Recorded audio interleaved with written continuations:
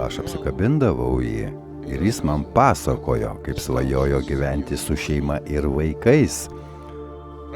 Kažkodėl žmonės pradėdavo kalbėti net ne apie save, o pradėdavo kalbėti apie kitą gyvenimą.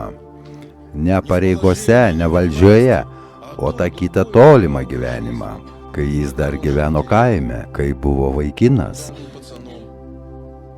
Kaip jie mėgo maudytis upėje, kaip jie mėgo gulėti žolėje ir žiūrėti į dangų, kaip jis stipriai mylėjo kaimynę merginą. Ji buvo vyresnė už jį 10 metų. Kaip jis visada norėjo užaugti ir atlikti jai kokį nors kilnų žygdarbį, kokį nors tokį didelį žygdarbį, kad ji pasakytų: nesvarbu, kad tu per jaunas, tu toks šaunus. O ji matydama, koks jis šaunus, pasakytų jam: noriu būti šalia tavęs. Jis apie tai svajojo vaikystėje, kad visas jo gyvenimas buvo kupinas meilės ir vilties. Ir tokioje būsenoje sakydavo: būdami tokioje būsenoje mes nevogėme, mes nepavydėjome. Aš nenorėjau būti pulkininku ar majoru. Aš norėjau mylėti ir būti mylimas. Ir tam turėjau viską.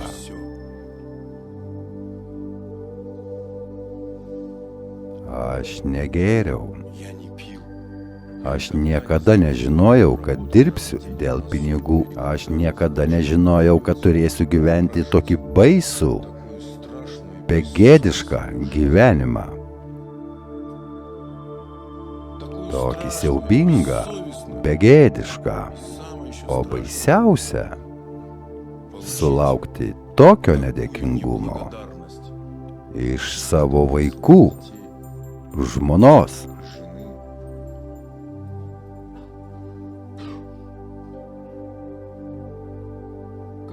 Kaip jūs galvojate, ar tokia širdis pasiruošusi priimti Dievą? Su jo kaimišku Vrindavanu. Su beveik tokiu pačiu gyvenimu, apie kurį jis man pasakojo, kurį gyveno vaikystėje. Gulėdamas žolėje, žiūrėdamas į dangų. Ir viskas buvo persmelkta meilė. Dangus, žolė, dulkės, karvė, kriuksė prabėganti. Ir viskas buvo puiku. Ir buvo mergina, kuri 10 metų vyresnė. Ir jam buvo nusispjaut, kad jį 10 metų vyresnė už jį, nes jis ją taip mylėjo. Ir niekas negalėjo suprasti, kodėl tai yra negerai. Aš juk myliu.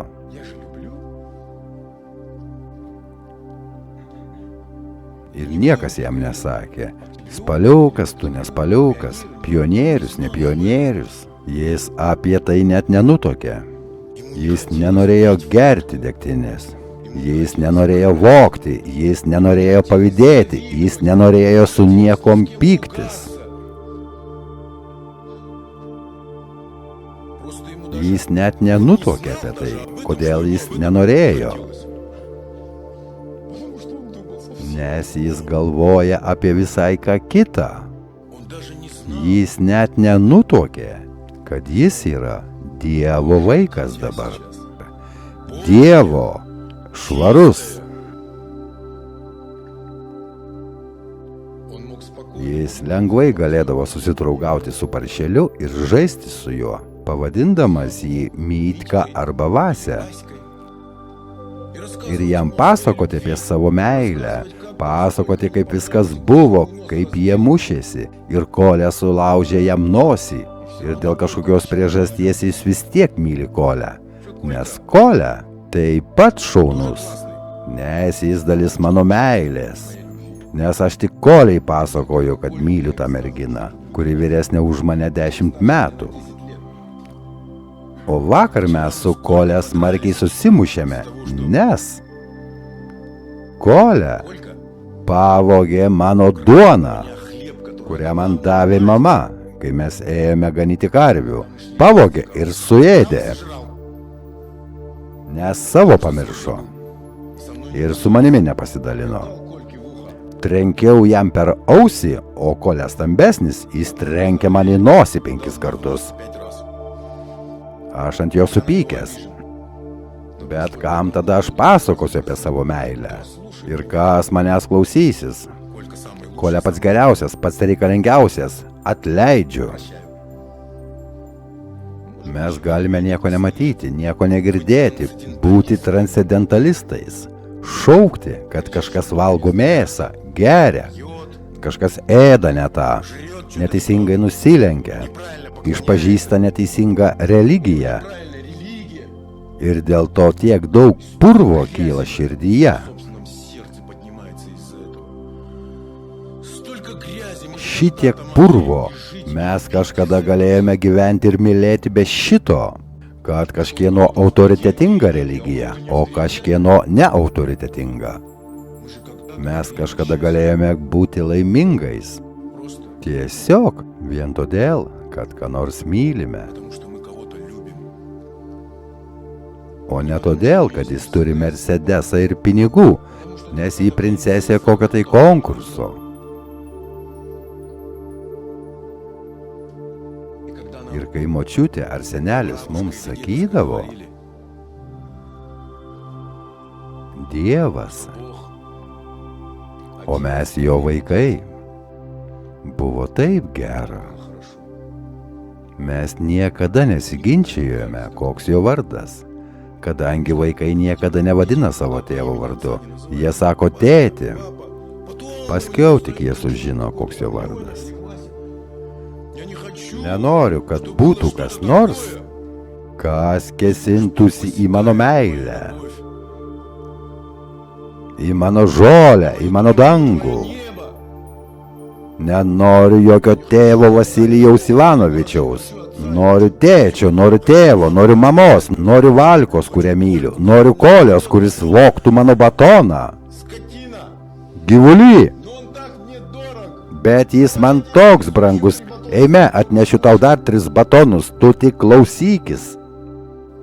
Jei klausysiesi apie mano meilę, aš tave maitinsiu tais batonais niekšetu. Nes tu ir tik tu esi vienintelis, kuris supranta mano meilę.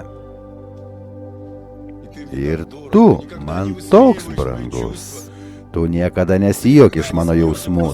Tu tiesiog visada nori ėsti ir todėl pas tave bloga atmintis, todėl visada pamiršti duoną, nes tiesiog tingi ją nešiotis. Bet tu esi pats geriausias mano draugas. Net tada, kai mes mušamės, tu vis tiek esi pats geriausias mano draugas. Jei tau kas nors atsitiks, aš savo gyvenimą atiduosiu už tave. Tai vadinasi gyvenimas. Jei kada nors mes tai gyvenime pergyvenome, kaip mes stengiamės mylėti Valką. Ir štai kodėl upė buvo draugė. O žolė buvo tokia svarbi šios meilės dalis. O dangus ir debesys buvo tokia svarbi dalis šios meilės. O Kolė, kuris visada vagia mano bulką, be jo visiškai niekas. Niekaip. Ir dangus ne dangus, žolė ne žolė, bulka ne bulka ir Valka ne Valka. Nes Valkai aš nebijau to pasakyti, ji 10 metų vyresnė už mane. O jei sužinosiu, kad jai nerūpiu, ir todėl nesakysiu jai. Na, ji tai gera, bet o jeigu aš jai nereikalingas? Ir todėl, Kole, tik tau galiu sakyti, vok mano duoną, prašau, vok, ir būsi atleistas, nes man nerūpi ši duona, nes jis yra mano meilės dalis Valkai, nes aš myliu šią duoną, nes tu ją valgai ir tada klausaisi apie mano meilę. Aš netgi galiu alkanu pilvu tau pasakoti apie savo meilę, niekšė tu. Vėl suvalgiai 5 kepaliukus duonos, bet aš tave myliu. Ir aš turiu tėtį, kuris mane myli taip pat, kaip aš myliu Kolę. Nes tėtis dažnai man pasakoja vakarais, kaip jis mylėjo vieną merginą. O ji dabar mano mama pasirodo. Ir kiek daug buvo kliūčių. Ir kaip ši meilė įveikia viską. Niekur neprišūdinę. Kad niekas vėliau nesuterštų šios meilės.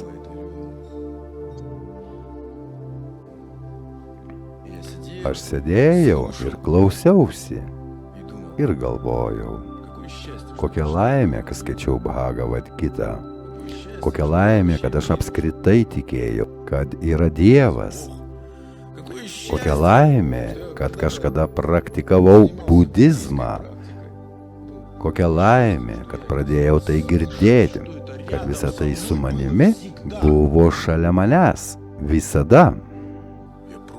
Aš tiesiog to nemačiau, negirdėjau ir nevertinau.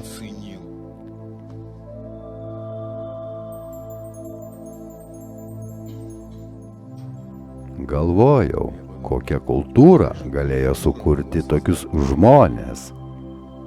Be Mercedesų, be telefonų, be šampūnų, kurie nevogė, nemelavo, atleisdavo, mylėjo.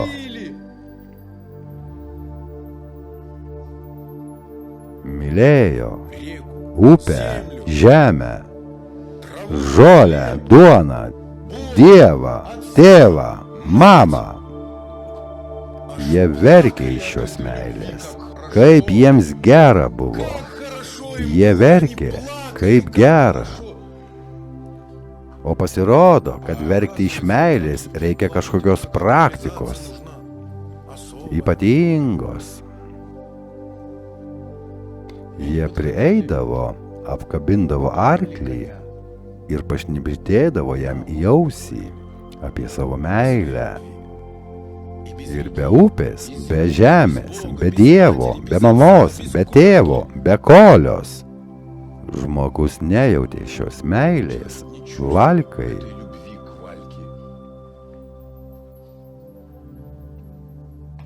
Tai buvo viskas, buvo jo meilės dalis. Ten buvo viskas. Ir vienas be kito egzistuoti tiesiog negalėjo. Ir žmonės sakydavo, anksčiau mes gyvenome kitaip.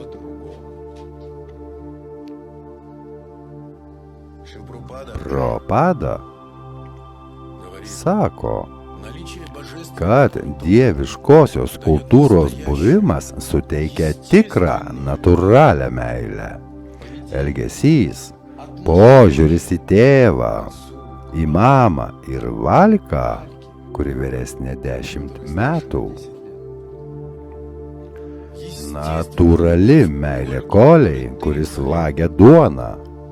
Natūralus atleidimas, natūralus upės čiurlenimo džiaugsmas, žolės čežėjimas, nes visa tai yra dalis jo meilės. Ir visa ši meilė, čežėjimas, tekėjimas, kvėpavimas, judėjimas, tai gyva. Ir visą tai sukūrė Dievas. Kaip jis myli.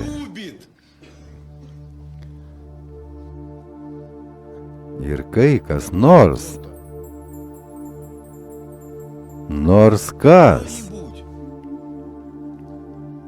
pasako, kad meilės nėra,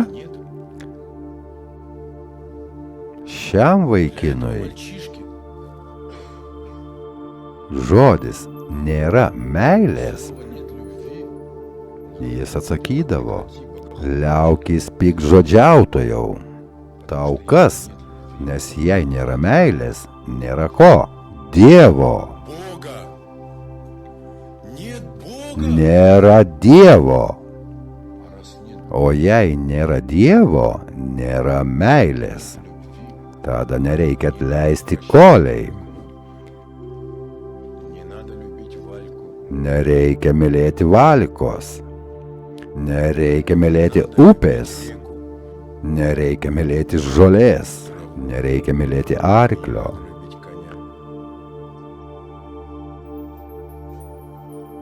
Tada ko tau reikia? Ko žmogui reikia, kad būtų laimingas? Pasirodo, reikia tapti policininku. Pasirodo, jam reikėjo vesti ne Valką, visai kitą Valką. Vien tik todėl, kad jos vardas buvo Valka. Ir ji norėjo tekėti už policininko, bet ji jam šiek tiek priminė, kurią jis turėjo vaikystėje, 10 metų vyresnė. Ji jam šiek tiek priminė tą Valką savo išvaizdą ir ji buvo jaunesnė. Jis bandė sutalpinti savo meilę į šią Valką, kas buvo įmanoma. Bet jo meilė buvo skirta anai Valkai. Jis bandė sutalpinti savo meilę upei į vandentekio sistemą. Jis bandė sutalpinti savo meilę duonai į konservus. Jis bandė sutalpinti savo meilę žemei, arkliui, karviai, sutalpino į asfaltą, į 3 aukšto butą, į Žigulį.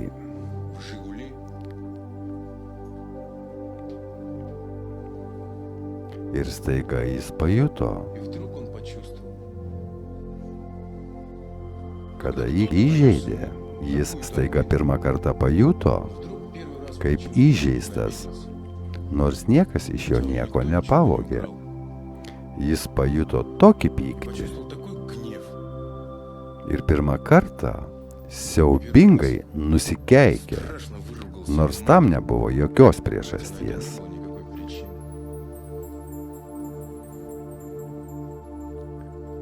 Pajuto, kad jo gyvenimas tapo kažkoks nenatūralus, kažkoks neteisingas. Tie laikraščiai, radijas, televizija, knygos ir žmonės visą tai jį įtikino, kad taip reikia gyventi, kad šis gyvenimas yra gyvenimas. Ir svarbiausia, ta Valka jam sakė, kad noriu, jog gyventum tokį gyvenimą. Kam man reikalingas tavo anas gyvenimas? Jis sako, koks? Toks, kokį gyvenai. Ir jis staiga pajuto, kad negaliu jai pasipasakoti, kaip Kolei. Ji vertina tą gyvenimą. Todėl ji nesupras kito. Ji pradėjo rėkti, kad tikra meilė, kada parneši pinigų ir perki šaldytuvą bei skalbimo mašiną. O tame gyvenime žmonės skalbė drabužius prie upės, dainuodavo ir kalbėdavo apie savo meilės liūdesius ir džiaugsmus, kalbėdavo apie savo muštynės su kaimynė, nes ji žiūri kreivą akimi į mano mylimąjį ir juokdavosi garsiai, nes atleisdavo, nes skalbdavo, kikendavo ir mušdavosi už meilę. Ir nebuvo širdyje noro keršyti, nes visa tai iš karto suterždavo meilę. Ir todėl niekas net apie tai nepagalvodavo, kad aš nekeršysiu. Nes tai tiesiog negimdavo. Tai čia mums dabar reikia apie tai sakyti, nes kerštas atsirado. Ir mes sakome, kad Bhagavad Gitoje sakoma, kad nereikia keršyti. Gerai, jau nekeršysiu, niekšė. Aš esu doras žmogus. Ar turi butą, kad mane vestum? Ar turi pinigų, kad mane vestum? Aš tai tave myliu. Parodyk man, ką turi.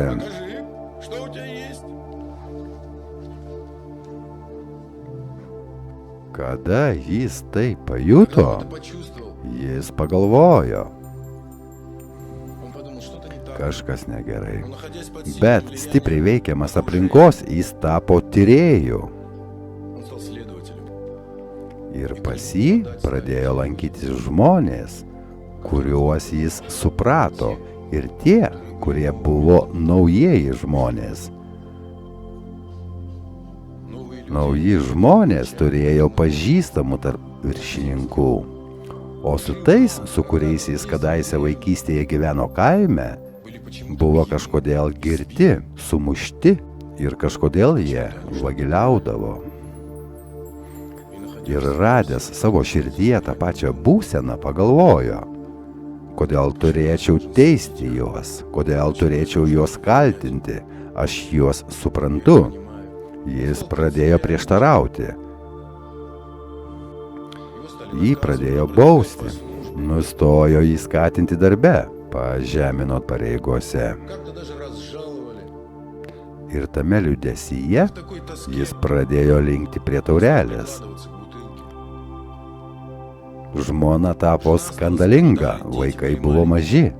Ir žiūrėdamas į vaikus prisiminė, koks buvo jo tėvas. Ir jis pagalvojo, taip, dėl vaikų aš turiu tai iškęsti.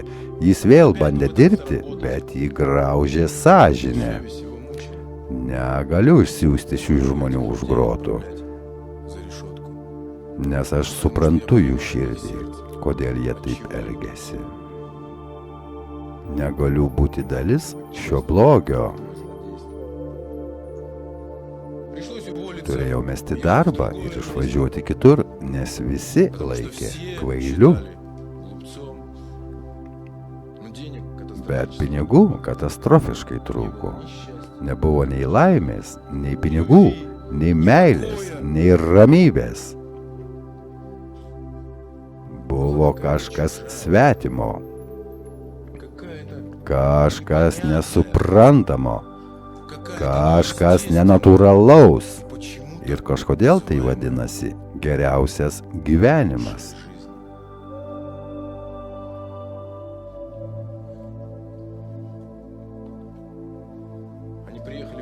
Jie persikėlė į kitą vietą ir pradėjo gyventi kažkokiame bendrabutyje su savo 2 vaikais. Žmona pradėjo jį spausti, pinigų neužtenka, mažai. Jam reikėjo susirasti darbą ir jis pagalvojo, kodėl turėčiau teisti žmones. Geriau būsiu su nusikaltėliais. Ir ten daugiau moka. Ir jis nuėjo dirbti į kažkokią įstaigą ir pradėjo ten dirbti. Žmona ir vaikai pamažu tapo to išorinio gyvenimo dalimi už jo paties ribų. Ir kiekvieną kartą jo meilė Valkai vis silpnėjo ir silpnėjo. Atlaidumas širdyje vis silpnėjo ir silpnėjo, o irzlumo vis daugiau ir daugiau. Su kiekviena diena jis jautė, kad tampa piktadarys, piktadariu. Jis bandė pateisinti save ir taip ir anaip, vienaip ar kitaip. Bet nuo to širdis geresnė netapo. Tačiau, kai jis išgerdavo, Prisiminimai sugrįždavo tokie stiprus, liūdnas ilgesys praeities. Liūdnas praeities ilgesys. Jo atmintyje sugrįždavo tas gyvenimas ir taip nesinorėdavo išsiblaivyti. Ten buvo valka, buvo upė, buvo žolė, buvo saulė, bet kažkodėl ji taip pasikeitusi dabar. Ten buvo vaikų, kitų vaikų, ir aš buvau kitas. Ir nuo to darėsi dar nepakeliamai liūdna. Jis įsipylė dar vieną stiklinę ir išgėrė. Apimtas pagirių, nepasitenkinimo, susierzinimo, jis atėjęs į darbą pradėdavo rėkti, nusikratydavo ant jų savo nesusiklošiusį gyvenimą. O tada grįždavo namo ir kada kur nors išgirsdavo žodį Dievas, jam darydavosi taip gėda, kad jis bandė išjungti bet kokį radiją, televizorių ar bet kokį vaizdą su Dievu, nes Dievas jo gyvenimą darė dar nepakeliamesnį, nes jis jam priminė, kaip jis gyvena dabar ir kaip gyveno anksčiau. Ir tai buvo nepakeliama. Po truputį jis tapo alkoholiku. Žmona ir vaikai nusisuko nuo jo. Taip jis niekada ir netapo generolu, kaip jam sakydavo. Negavo jokio automobilio, nes visi pinigai buvo pragerti. Kiekvienu išgėrimu pareidavo į butą, įsilauždavo ir rėkdavo, ieškodamas išeities, ieškodamas, kas dėl to kaltas, kad jam taip nutiko, ir kažkodėl visada jam atrodė, kad žmona ir vaikai tikėjo, jog jis kaltas dėl jų nelaimių. Ir tokioje padėtyje girtą, išmestą žmogų, aš sutikau jį.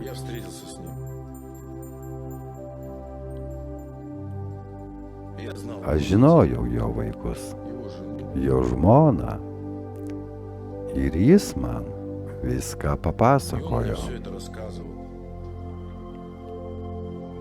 Galvojau, taip miršta paskutiniai žmonės. Jis buvo girtas, senas, išmestas, bet jo širdyje vis dar buvo išlikusi atmintis apie tikrą kultūrą, apie tikrą, džiaugsmingą, laimingą gyvenimą. Ir jis tai nešiojo savo širdyje. Tai buvo vienintelis dalykas, kas jį sulaikė nuo savižudybės. Atsiminimai. Kaskart prisimindavo, vis nenorėjau.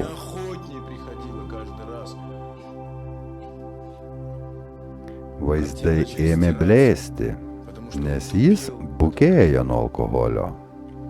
Po to dingo pasipiktinimas. Tada jis pagalvojo, visas pasaulis šūdas, viskas šūdas.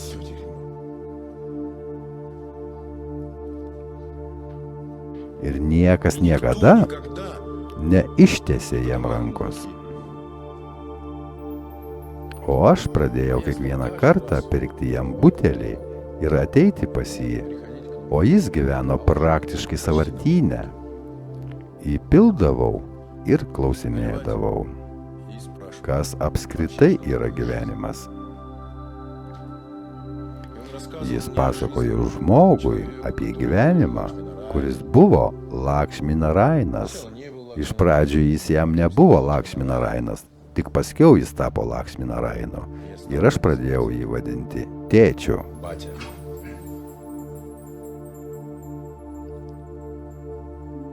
O kai pradėjau jį vadinti tėčiu, jis tapo laimingas. Vėl. Girtas žmogus pradėjo patirti laimę. Jis apkabino mane ir pasakoti, atverti savo širdį. Jis klausė, ar tu mane supranti? Aš jam sakau, suprantu, kaip niekas kitas. Kaip niekas kitas suprantu tave, tėti. O kaip taip atsitiko, kad mano vaikai manęs nesupranta? Aš jam sakiau, jie kažkada supras, bet ne dabar. Bet aš viską padarysiu, kad žmonės kada nors suprastų, ne tik tavo vaikai ar kieno kito vaikai. Ir aš pradėjau nuo savo vaikų. Parsivedžiau jį į savo namus, kur buvo mano vaikai, ir mano vaikai jį taip pat suprato, nes nuo pat pradžių aš stengiausi juos auginti taip, kad jie suprastų ir tokius žmonės.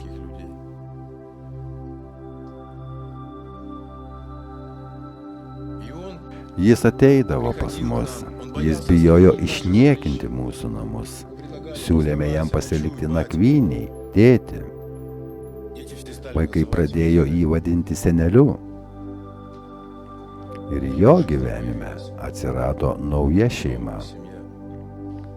Bet ji netrodė tokia, kokią mes įsivaizduojame, kai sėdime prie vieno stalo. Jis turėjo šeimą, kuri jam dar kartą patvirtino, kad Dievas yra. Nes yra meilė, atleidimas, supratimas ir tai yra natūralu.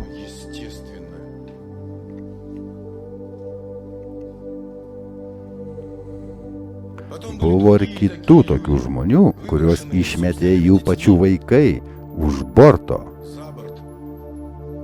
Jų jausmai ir meilė. Buvo ir kitų vaikų, kuriuos išmetė jų tėvai, kuriuos teko įvaikinti. Kodėl jūs taip elgiatės?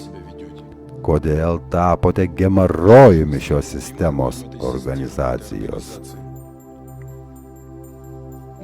Žmonės gal nesupras, apie ką kalbu, kiek matau. Jie nori, kad suprasčiau juos. Jų geismą, jų godumą, jų išdavystę, jų apgaudinėjimą, jų nuoskaudas. Bet jūs tiesiog nieko nemylite. Nes tas, kuris myli, jis toks. Jis atleidžia. Он прощает.